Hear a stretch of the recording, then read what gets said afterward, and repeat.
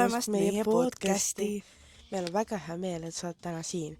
Kui sa kuulad seda autos, kodus, jalutades või lihtsalt ükskõik mida tehes, siis võta hetk ja ole meiega siin hetkes.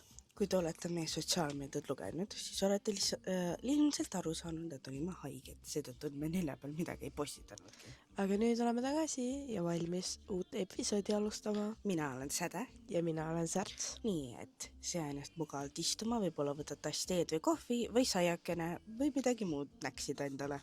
Ja alustame. See on 2 segast episood 2. Täna räägime meie seikluses Euroopas.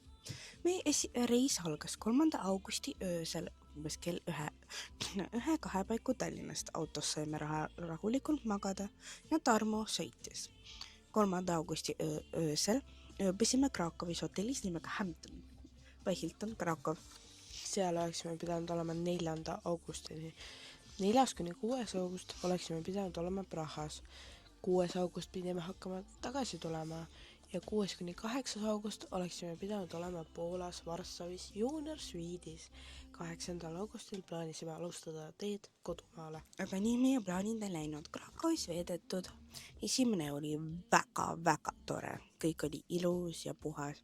Ning hotell meeldis meile väga. Seal oli maailma parim hommikusöök, mis me oleme saanud. Eks ole, Särts? Ja, see oli väga maitsev. Teisel päeval aga hakkas jama pihta. Käisime suures kaubanduskeskuses, kus oli Primark.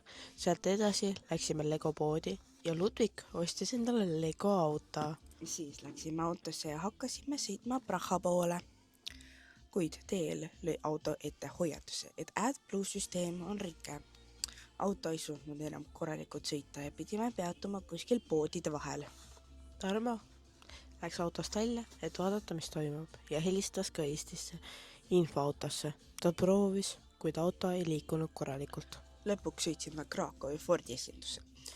Tarmo läks seal pikalt töötajaga. Tuli välja info, et autol on midagi tõsist ja see tuleb üle vaadata, pidime auto sinna jätma.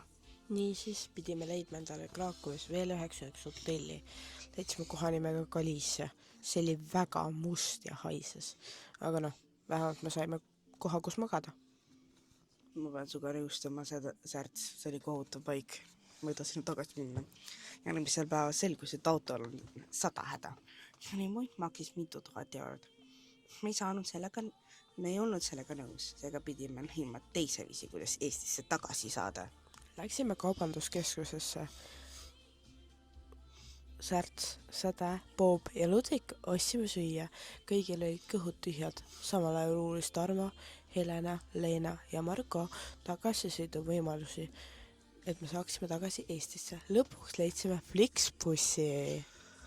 Hakkas kiireks minema, sest pidime minema bussiterminali. Meil oli veel rendiauto, kuid kuna me kõik ei mahtunud sellega, pidime oma asjad ise bussiga terminali viima. Kohalikud bussijuhid on kohutavad. Nad veavad inimesi nagu palgiautod. Sõit oli raputav, aga aknast nähtud vaated olid imelised. Terminalis sõime burgerikingis ja ootasime Tarmot, kes sõitis tagasi Boltiga. Kui lõpuks kõik koos olime, läksime bussipeatuse juurde. Esimene buss oli 2-kordne ja väga mugav. Teine peatus Katowitšis. Selleks ajaks oli juba pime. Ootasime teist bussi 2 tunni. Mina, Särts ja Leena käisime Lidlis, ostsime süüa ja juua. Siis veel ei teadnud, et mis õudus meid veel ees ootab. Tagasi kõndides istusid teised terminali taga õues pingil. Tegime mõned pildid ja läksime sisse tagasi. Stõues oli veidi tuuline. Marko seal vahepeal villis Coca-Colat ka. Teise korrusel asus automaat, kust ostsime 2 magnetit mälestuseks.